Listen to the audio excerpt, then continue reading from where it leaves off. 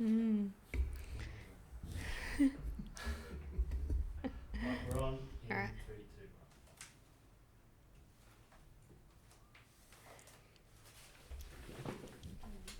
2, 1. Am I opening? No, I'm going to open just a Okay. sec, sorry. Go. Hello and welcome. No. Hello and welcome. Are we doing it together? No, I'm doing it, Okay. but Popo was just leaving and closing the door. I didn't want to click. Okay. Okay, done. Sorry, Paris. Hello and welcome to The Wizard and the Priestess. My name is Nola and this is... Matt. Today we are following on from our conversation about childhood development, and Matt is going to jump into... Well, I'll finish off the infant development because we spoke about that last week and the development of the child's brain and how that needs to be educated, how it learns, etc., etc. So from up until age, I think it's 7, it's predominantly right hemisphere dominant. The child learns through not definitions but through characterizations. The child learns through creativity, building, art, all these kinds of stuff. From ages 7 to 12, the analytical brain starts to kick in. So that's the left brain. They start forming their own ideas, their own solutions. And then from age 12, we actually develop the neurological capacity to take on someone else's idea and see both sides of the coin. But our current schooling system doesn't quite nurture that very well. What do you think, Nilla? Yeah, I mean, absolutely. We are in a... we're in an era where this current schooling system, the institution of the system, is a form of care. And that is... Yeah, it's babysitting. It's essentially a form of care so we can keep the mother and the father both in the workforce to ensure that the economy of the country continues. The way that then works is to ensure that the children are being institutionalized so that they are essentially employable, stable. And how do we ensure that? Well, we need to make sure that they can follow rules, that they understand that there is competition. We support them into becoming scarce consumers, and we support them into essentially filling their brains with enough of the information that keeps them within those bounds. Yep. Now, there's a reason for that. Absolutely, yeah. And it's not to say that is all bad, but it is definitely, it's essential that there is a curriculum and that there is subjects and that there is an age-based learning, because then they can have the curriculum and they can have the worksheets, because everyone essentially can fall into this point at this point of their development. This little box, right? Yeah, to ensure that everyone in that room is following that same piece. Yep. And so those structured lessons with those deliberate aims and outcomes are the only way that you can teach 30 children in one moment the same thing. Yeah. And expecting every single child to hear the same thing, have the same experience of that new piece of knowledge and pass the test, essentially. Yeah. And if you don't pass the test, then you're deemed stupid or dumb or slow, or maybe you need a medication for that. Maybe you need extra schooling on top of that. So it's not really set up for human spirit, that's for sure. Or human development, as you just described. If we're using our right side brain, maybe Matt, you want to dive a little bit more into what the right side brain, we have touched on that, but just the right side brain actually does. So why is it that we can nurture that with creativity? So the right brain is all about your intuition. Babies are extremely intuitive. They're actually more intuitive than they are, let's say, logical, rational thinkers. They need to be, because with that right brain dominance, you can absorb more from your environment. People who are stuck in their left brain tend to be very shut off from creativity, but also absorbing they absorb knowledge in factual form. They can recite a quote, for example, but someone with a right brain who's heard the quote has an experience with that quote.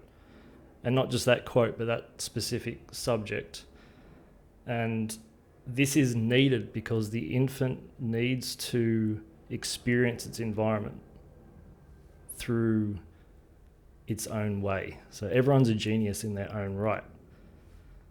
The schooling system, as Einstein said, I think it was Einstein, who said they judge a goldfish's ability to climb a tree. So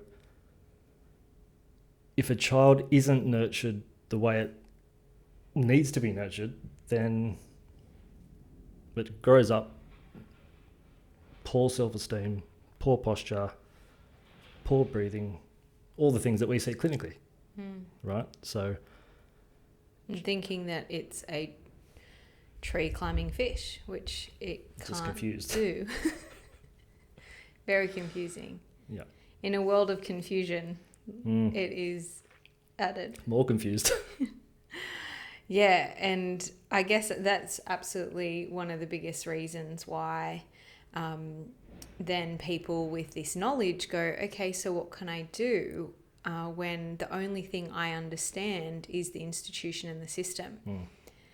And there are so many options out there, but it actually takes a lot more effort and energy to lean into, because the systems are set up to be care for our child and to take the pressure off, like a free care program that will essentially spit out little robots at the end that are employable, that follow the rules, that follow authority, that are capable of doing, to fit into the box, that we have just enough variation that we can fill every employable job. Well, there's enough variation to give the illusion that you have some freedom, where you're really being conditioned to, as you said, do it this way, say it this way, do this, pay this, buy that. And then we're on the hamster wheel. And that the Western school system was actually, that concept came from the slave days, where the workers would be out in the fields working away, but they had children to look after. So the, what are they called? The slave owners, I suppose. They would have all these children in a box, like in a room, I mean, not in an actual box. Maybe they did, I don't know, I wasn't there. They were in this room, they were babysat, but they were actually taught to follow orders, because they were going to be the next generation of slaves. Yeah, and it's quite, I mean, it's not too dissimilar today. No, and I guess so that's where this sort of tangent grows, and it's like, okay, like it is said everywhere, every day, all the time, life is short,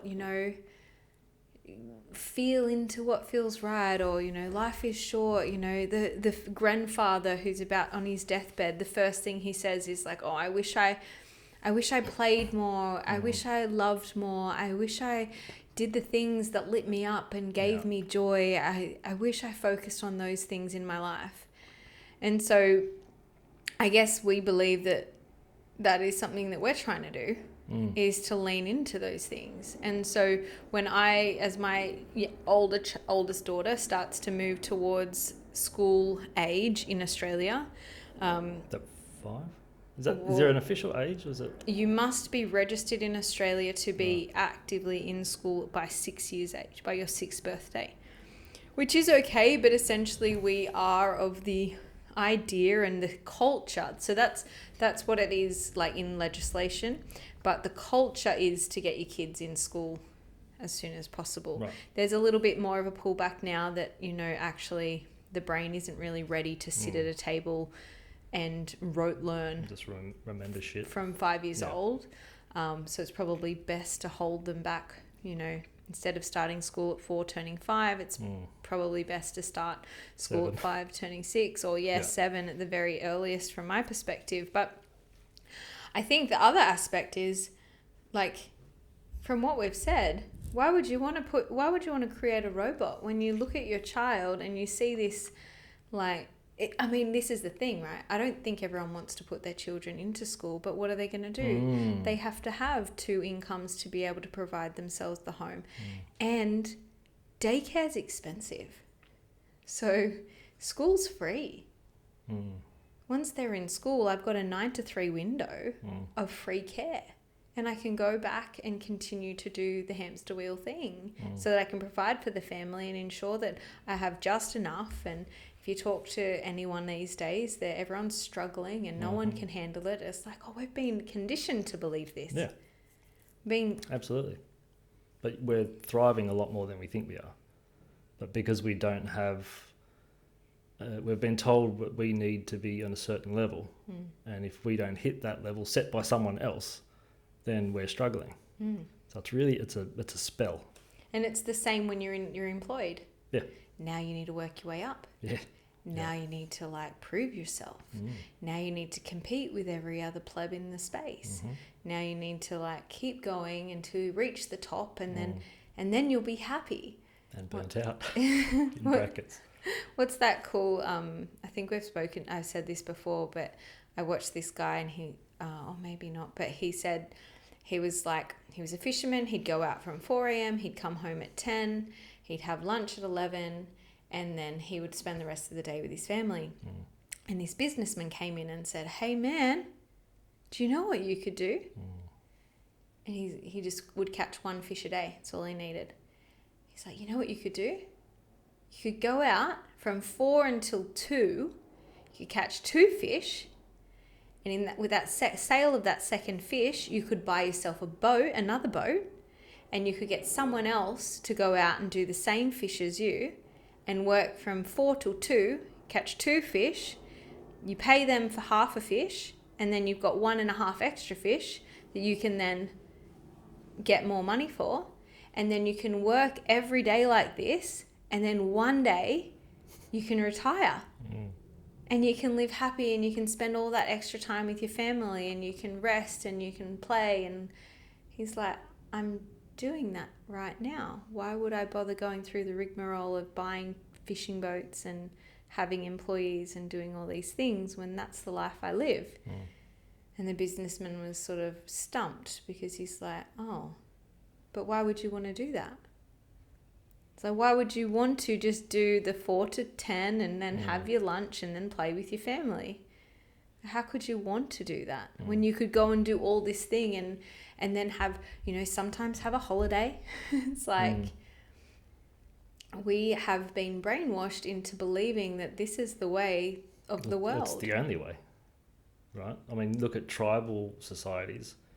All of the hunting and gathering and building and whatever else needed to be done was done from essentially sunrise to about lunchtime, give or take. And then they spent the rest of the time educating their children, playing with their children, arts and crafts, and that was... And I guess one of this kind of comes into that idea of what you can do to kind of, first of all, is to de-school the mind. So we've got to kind of move out of this idea of structure and the way planned lessons and things, and start moving into following the child or having them follow you.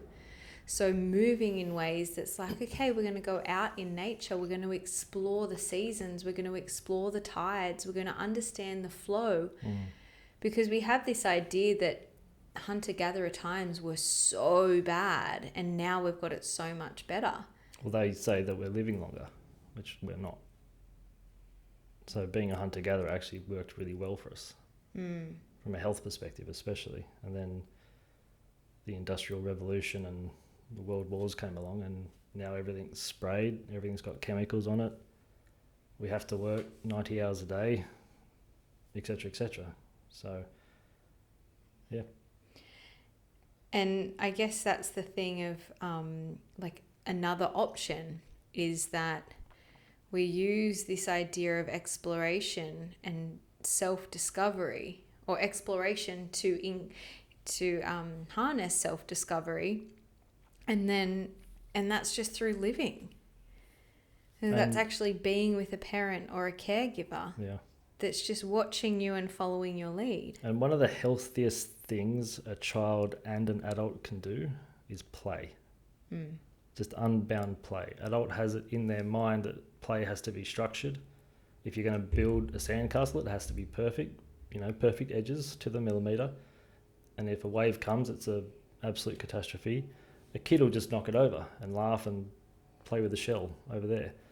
So adults have certainly lost the capacity to play, which ironically they need to play like a child to open that right brain up. And kind of stunting a kid's development by showing them how to play, their child how to play, just activates that left brain too early, and then they become stifled in their own creativity. But a lot of schooling systems kind of, I guess they dumb that down pretty quick, but others don't. So there are some. But I think the thing to remember is that if you've got 30 children in a classroom and one caregiver, you have to do it this way. I don't think that, I don't think any teacher that goes into teaching these days goes, this is going to be so good. I'm going to get 30 kids and they're going to have all of their emotional baggage. Maybe day one they will. Maybe. I mean, even then, you're like, okay, I'm going to get 30 kids like that. Kindergarten. Kids that have been a literally 1-to-5 ratio in preschool at the max. And now getting a care of 1-to-25 or 30. And the kids are meant to be like, yes, sweet, this is sick. Like, you are going to have so much backlash. The system is not created for that. They're then having to incorporate aspects that are so against emotional development, where a screaming child is essentially pulled away from the caregiver, and the mother told, when you leave, the child stops crying. It's like, well, of course they did. They're no longer safe. You don't see a crying child in an unsafe environment. They will stop crying because they know they are not going to have their needs met. Yeah. And so we're stifling this emotional development, or we're stifling this emotional child, and then that child goes home to their mother and father and then lets it rip because they have held it in all day, and their frustration that they must have built up in that time. And I'm not saying that that's every child in every situation at all, but it is something to be very conscious of. If your crying child does not want you to leave, there is nothing in the playbook other than it makes it easier for the care provider. Because if you're looking after 10, 20, 30 kids, then I kind of need you to sit down and shut up and not cause a havoc. And then it's easier to just have a child that's been somewhat emotionally neglected, not by deliberately harming, but just by the setup of the institution and the systems in place, that the mother was separated from the child from day one or 6 weeks to get back to work 5 days a week. That's not... That ultimately sets the child up for mental health issues as an adult. Absolutely. And particularly bipolar. Yeah. And physical health issues. Massive, yeah. Because everything stems from the emotions. So if we know all these things, we understand the science of the brain, we understand the way in which the formation of the brain occurs, and yet we still are using these outdated measures because of the fact that we need to get back to work and make money, where we've been constantly told life is too short to worry about the money. It's like, what a conundrum. And then this idea that, and then we have these options, right? So for example, as I kind of traverse this idea of, okay, what we're going to do next year, Thus far, I'm going to continue doing what I'm doing in terms of nature play and being outside and trying to follow the lead and the imagination of of my children. But there's options, you know, you've got the Montessori style or the Waldorf-Steiner style, or you've got the unschooling, homeschooling style, and then you've got so many other options in terms of like curriculum supports that you can work with in terms of homeschooling. So there's lots of ones that are focused on books, and then lots of ones that are focused on, you know, imaginatory play, or, you know, different things for parents, because essentially it is very difficult to go from being a schooled person, adult, to then be like, okay, I can see that this is all wrong, but I still want like a plan. How am I going to go in and plan this way at this day? Or and you know what, in some ways maybe having a structured lesson plan isn't the worst thing when you're with your mother and father. However, from my perspective, the first 7 years, I wouldn't say it's useful other than for the teacher or the parent. The child itself is going to do much better with open-ended play, with just, you know, offering different things that they can gravitate towards and figure out on their own and invent and discover with.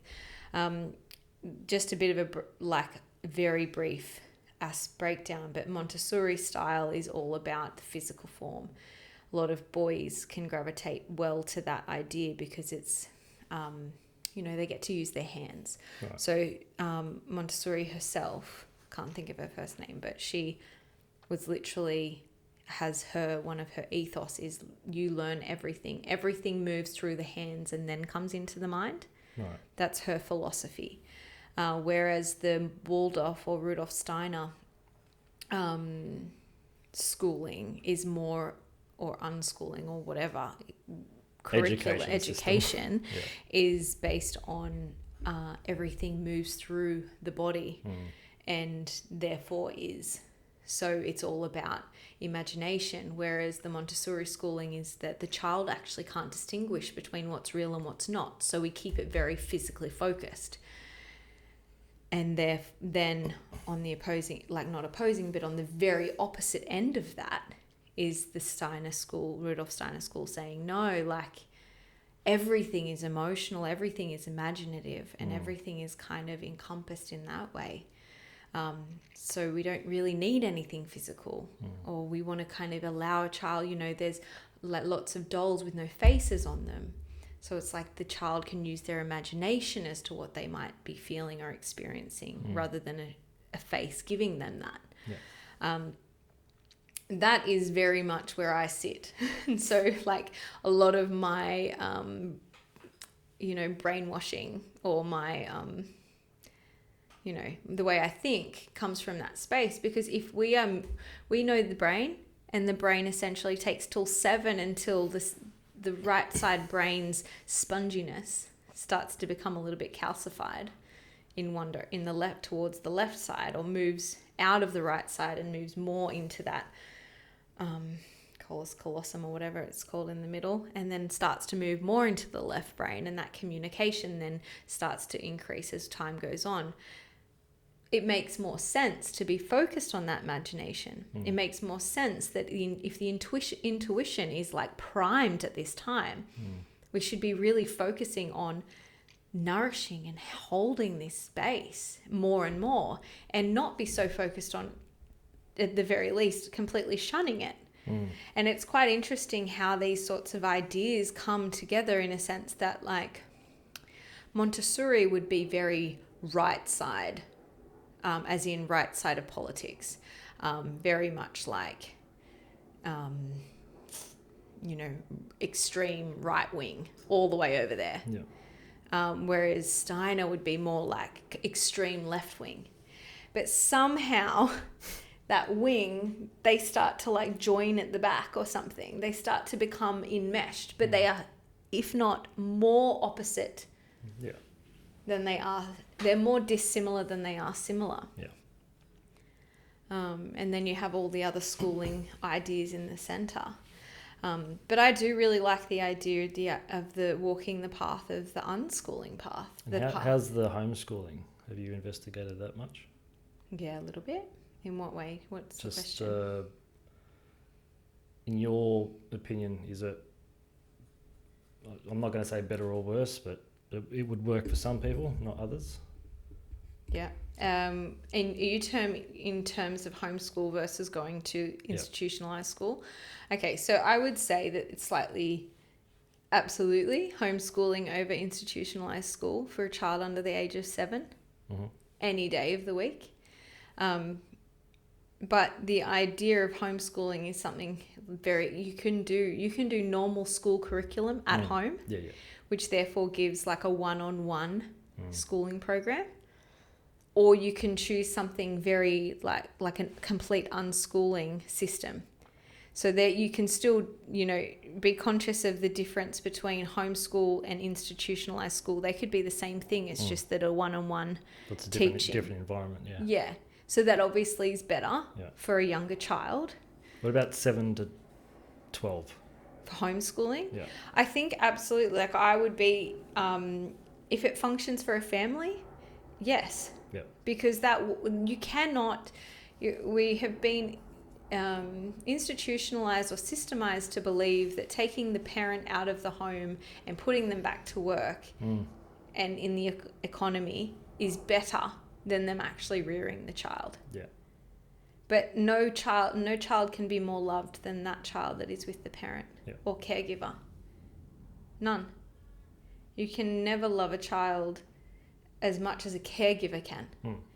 If you are even and that caregiver can be a teacher. That's not to say that you can't have an allo parent type person or someone that steps into that role.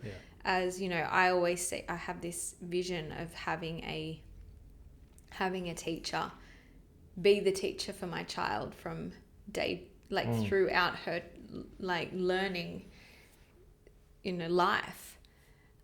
Or until such time as she's ready and feels ready to go do her own thing. But having that one steady person feels safe and solid from my perspective. Doesn't necessarily have to be me. However, the change and confusion and having lots of different teachers and lots of different people, I don't think it doesn't serve nurturing a child, really. When the whole thing is the mechanism of safety and the importance of that. And especially in a world where we're so emotionally unstable. Mainly emotionally unstable because our economical world is out of sorts. And if that is out of sorts, then we're unable to thrive. And if a parent is unable to thrive, then a child is unlikely to thrive. What was your schooling experience like? I liked school. I was very studious. But I also like to talk. I did not know that. I think on every single report that was ever written about Nula Walker, she was told that she is quite studious, but she's very distracting for the other children. She likes to talk a lot. And I didn't get shamed and guilted, which I think can be quite a common thing when in school, when a child is like, no talking, out of classroom. I mean, that did happen to me. I remember being kicked out of maths class a few times. Talking? For talking. You're not meant to talk when you're meant to be doing the schoolwork. Yeah. And then as things got more exciting as I got older, talking was much more interesting than the maths that I was trying to learn. I quite liked maths though. Yeah. So I quite liked learning. I think I probably needed a little bit more support in terms of how to be socially responsible and things, I could have been a nicer person, I think. Good to see nothing's changed. I think I'm quite... Oh, I know that feels really bad to say, but I mean, and the reality is I did need more support. I needed to be modelled probably better social interaction than the modelling that I was given. Yeah. And...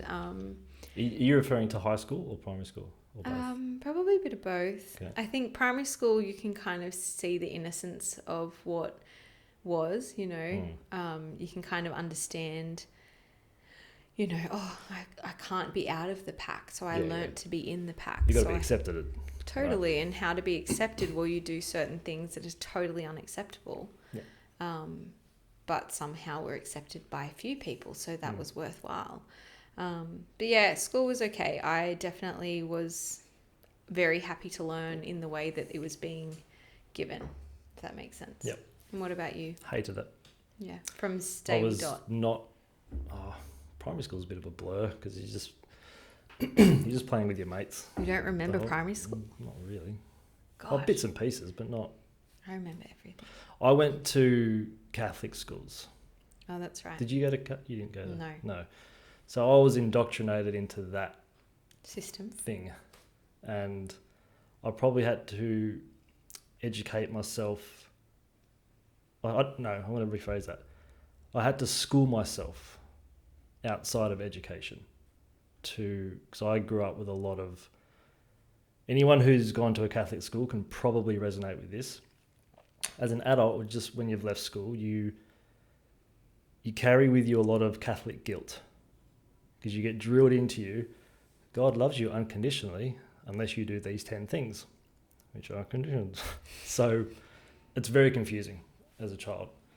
So I sitting in a classroom trying to remember stuff wasn't for me. I was good at sport and geography. I think that was pretty much it. And lunchtime. I was really good at lunchtime. Or recess. I feel like you would have been a better recess guy. I did dominate recess, but lunch was where I shined. mainly at handball.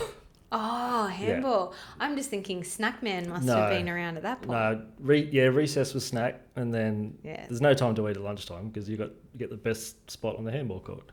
Everyone knows Don't this. you just win and then get yourself to the good spot? Well, no, because the person in front of you gets out, so you move up, and then, tell you what, video referee was around in that day. Oh, where could I be? Anyway. Nowhere. Just in the square. Literally boxing yourself in. Relax. So... Stressful. So I had, that type of education system did not work for me at all. And because my dad's very academic, as you know, very left brain. I couldn't be more right brain, relatively speaking. At that time. Especially at that time, yeah. I had to leave school to become a nerd. I had to leave school to then enjoy learning. But not that I didn't like learning, but I remember one time I got really upset. I think I told you about this, where I think this was actually in primary school. This is why I don't remember primary school, but this is PTSD. Trauma. Long division. Oh, yeah, sorry. Yeah, Still haven't used long division today, nor algebra. Just saying. So learning how long division works, Dad's an accountant. He gets the maths. He gets all that. He's trying to teach it to me, and he might as well be talking Japanese. I don't know. In my head, I'm saying, I don't care. I don't want to learn this. I know I've got to pass the test, but... 30 divided by 5,063 doesn't really bother me. So... 1, carry the 3, bring it down. Oh. Sorry. Sorry. Just passed out for a second. Just fainted. All of a sudden, my mind just went black. The trauma is triggered. I'm going to start twitching soon. It's okay. I'll just go home and sharpen the knives. So anyway. I can't say that. No. Oh, okay. Thanks, Paris. Or not, whatever. So learning long division and Dad's traumatic. kind of laughing at me and like, how can't you understand this? I remember crying, saying, because it's stupid. I don't need this. So I still haven't used it. So I technically was correct in the moment. But that was the education system I grew up in. And we even got taught, I think it was in early high school, if you don't do well, you don't go to heaven. Say that to a child. That's how you fuck a child up. Yeah, right. So year 7, you were 13? Year 7? 12, 13, I think.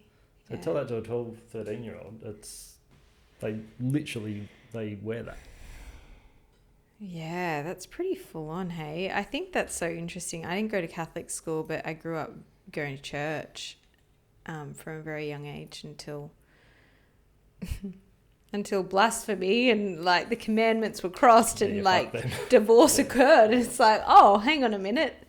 I can't do these things, but you guys can. Yeah. But yeah, it's quite an interesting thing, isn't it, to think that that a young child is being told that you are loved unconditionally always and forever until you do the wrong thing. Well, not only are you loved always unconditionally, first of all, you're born with sin. Oh. And then if you don't put some water on your head, then you go to hell. Oh, yeah. I got kicked out of religion because I called God a psychopath, because that was one of the conditions of going to heaven. Did you put water on your head? I didn't personally, but I'm sure you were baptized. Probably, yeah. Were you all the things? What's all baptized, reconciled, confirmed? Probably. Communioned. I would have, yeah, for sure. That's why I'm an angel today. Yeah, obviously. I'm the same too, obviously. Well, but funnily enough, that really sparked in me to investigate the real meanings, like real mystical teachings behind Christianity. So that journey for me undid a lot of that education, scarring.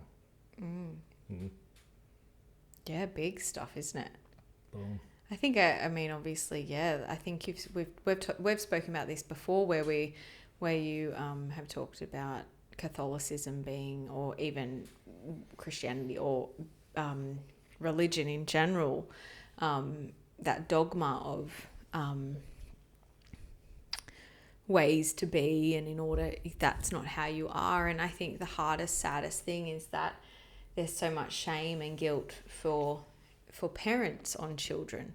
So then they shame and guilt their child. Or just passed down. And it's just like, oh, I'm feeling really uncomfortable that you've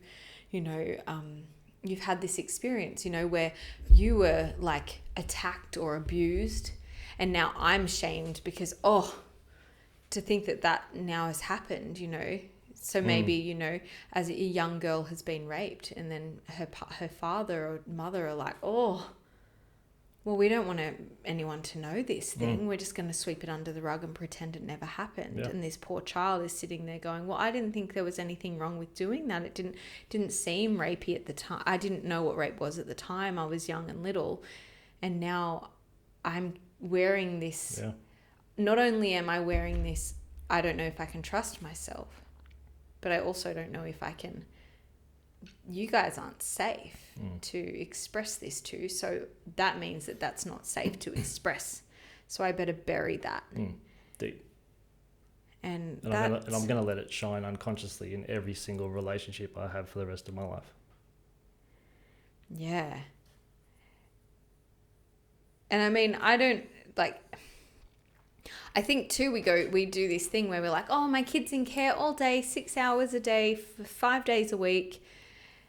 And then we're like, but we won't let them, God forbid, if they could like go catch the train on their own somewhere. Yeah. It's like you literally, it's sort of, I mean, obviously school should be a safe place, but it's like, I guess that's the one thing we know that it is not, because there's little kids like that are not being supported and cared for in the way they need to be at home. And so it's a cesspool full of like deep emotional scarring that's occurred from the minute they were dropped off in preschool. And that's not to shame or guilt parents for having to make these choices. But what I would hope is that they're feeling into this idea that you can do things differently. We need to stop being like, I made a post about a month or two ago about life is what we make it. And in that post, what I was trying to get to is, it's like, we can't just be like, this child is to be the change. Like, the children will be the change that we want to see in the world. No, you must be the change that you want to see in the world. And the child will do as they see. And they will experience as you experience. I mean, they'll feel what you're feeling, and then they will decipher what that experience means for them. Yeah. And so it's like, be the change. And I think, like, personally, I feel like I'm trying to do that. Some days it's easier than others, but it's, you know, I'm making choices that I'm thinking, you know, I'm rationally going or intuitively going, this feels good for me. And then logically I'm going, that looks really bad for me. You know, that's a really big expense for me. But at the end of the day, what do I want to do? Do I want to spend that money now and spend this time with my family as they grow and nurture that brain that literally is soaking everything in? Do I want to be the person that they're soaking in? Or do I want to choose a cheaper, more average option? Because in the long term, then I'll have a little bit more money. I'll still probably be complaining. Good to know. You know? Yeah. Shut up. But, you know, like, either way, whatever we choose, we're going to complain about somewhere. You know, it's everything's give and take, but you get to choose that. And for me, the most important thing is that my children know that they are loved unconditionally, that they're able to be seen and heard, that they're able to express themselves in a way that feels safe and nurtured, and that I can be there for them. Yeah. And at the end of the day, everything else around that obviously is nice to have, you know. It's nice to have a little bit extra when it comes to economics. It's nice to have a little bit more so that you can experience a few more things. But at the end of the day, if you have those extra things, are you feeling and giving more love? I don't see that. Do you think people that have the little extra you're talking about actually think for themselves? I mean, they might. I have a little bit extra. Right. Is it like a little bit extra here? That makes more sense on the video. Oh yeah, I'm just holding my basketball sized child. Yeah. No, but the point I was making, the people that I can't remember how you phrased it, but whatever they do to have a little bit extra, can you say that again? But just the idea that, you know, to have something along the lines of having a little bit of extra money essentially means that you have taken away so love. It's also that taking away is also taking away the child's capacity to think for themselves, because our school system is designed to teach you what to think. Very few people think for themselves. COVID was a prime example of that. The polarity created for that is just proof in itself, regardless of what side you're on. Our capacity to take on someone else's argument develops from the age of 12. So we should be able to have a topic and with equal passion debate both sides and flip over and then do it with equal passion. How many people do you know that can do that? Yeah, no, but I mean, I can't do that sometimes, so like often. So you've disproved your point. Well, not really. Maybe you don't think for yourself sometimes. Maybe I need to work on myself, obviously. But you know what? Actually, something really interesting. I don't know what they're doing in Sweden. Maybe it's because they don't start school until you're 7. But Year 7 or till 7? 7 years old. Okay. They are much better at having open, clear conversations. Yeah. And very much more than anything, they're probably not actually better at having the conversation, but they're much better at listening. They're much better at listening to an opinion that is not their own. Maybe you could listen. You could learn something. Mate, I found myself a Swede and I'm all right. That's enough. I only need one listener. I mean, the poor dude does a lot of listening, as you can imagine. Well, ladies and gentlemen, my mouth is zipped. I feel like we've come to the end of our schooling conversation today. What I'd hope your take home is, from my perspective, is the importance to make a choice that actually fills the cup up of a child with the knowledge that their right side brain is not capable or shouldn't be at the level of cognition in the way that the schooling systems teach until the age of 7. So make a choice and sit in that choice and know that it was the right one if it's intuitively led and not fear-based. Yeah, I don't have kids, so I don't really say do this or do that. I would like to think that more people now can make up their own mind and realize there's not just one way. You don't just have to follow that particular, the typical school system / university. It was drilled into me as a kid, you have to get good grades, otherwise you can't go to uni, you won't get into uni, you won't be able to you won't be able to pay your way in the world. I hated school, so I thought, well, what am I going to do now? I hate school. I have to go to more school to get to school and then be a contributing member of society. And I saw my parents come home miserable. Not miserable because they were sad, they were just exhausted.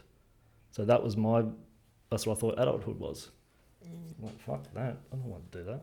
So I stayed young until I grew up a couple of weeks ago. I'm just saying there's more than one way. Absolutely. And it is really interesting because I did all the schooling things. Yeah. I did the school. Explains a lot. I did the university. I did the masters. And I quite enjoyed the schooling learning. Yeah. I also had a thinking brain that made me think differently. Like I wasn't just consuming the things that I loved. I loved ethics and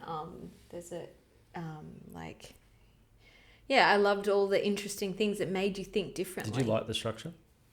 I did. Yeah. And that's probably part of the control and being like the structure gave me walls and confines with which I could think inside of based upon probably trauma. Yeah. So I needed to either hear it or see it and then do it. Yeah. That was my learning style. The really cool Kiyosaki, the author of Rich Dad Poor Dad, he has a table form of like the best way to actually teach and to learn. Is that based on learning styles? I'm not 100% sure what it's based upon. Right. I've just looked at the table and essentially it's like up the top, like right, the top cross section of it is that is you learn through doing. Yeah. Well, that's the most popular learning style. Okay. Kinesthetic learning, doing it. Yeah. Then there's, I can't remember the order exactly, but I know kinesthetics right at the top, visual, auditory, and the very last one, I think 5% of the total population is reading, writing, learning. What do they do in school all day? Yeah. So another reason to just think about it. Maybe just stay home. Don't. And just do it differently. Forget that schools even exist. Like I feel like, I come from a family, my extended family are all teachers. Yeah, right. And like principals and, and academics. Like everyone is an academic in my family. We've got so many schooling options these days as well. Homeschooling wasn't even a thing, I think, when I was growing up. It was. It just wasn't straight, so you cool. didn't know about it. Right. Parents, seriously. So strange. I would close with a quote. All right. By Mark Twain, who said, "Don't let your schooling get in the way of your education." See ya.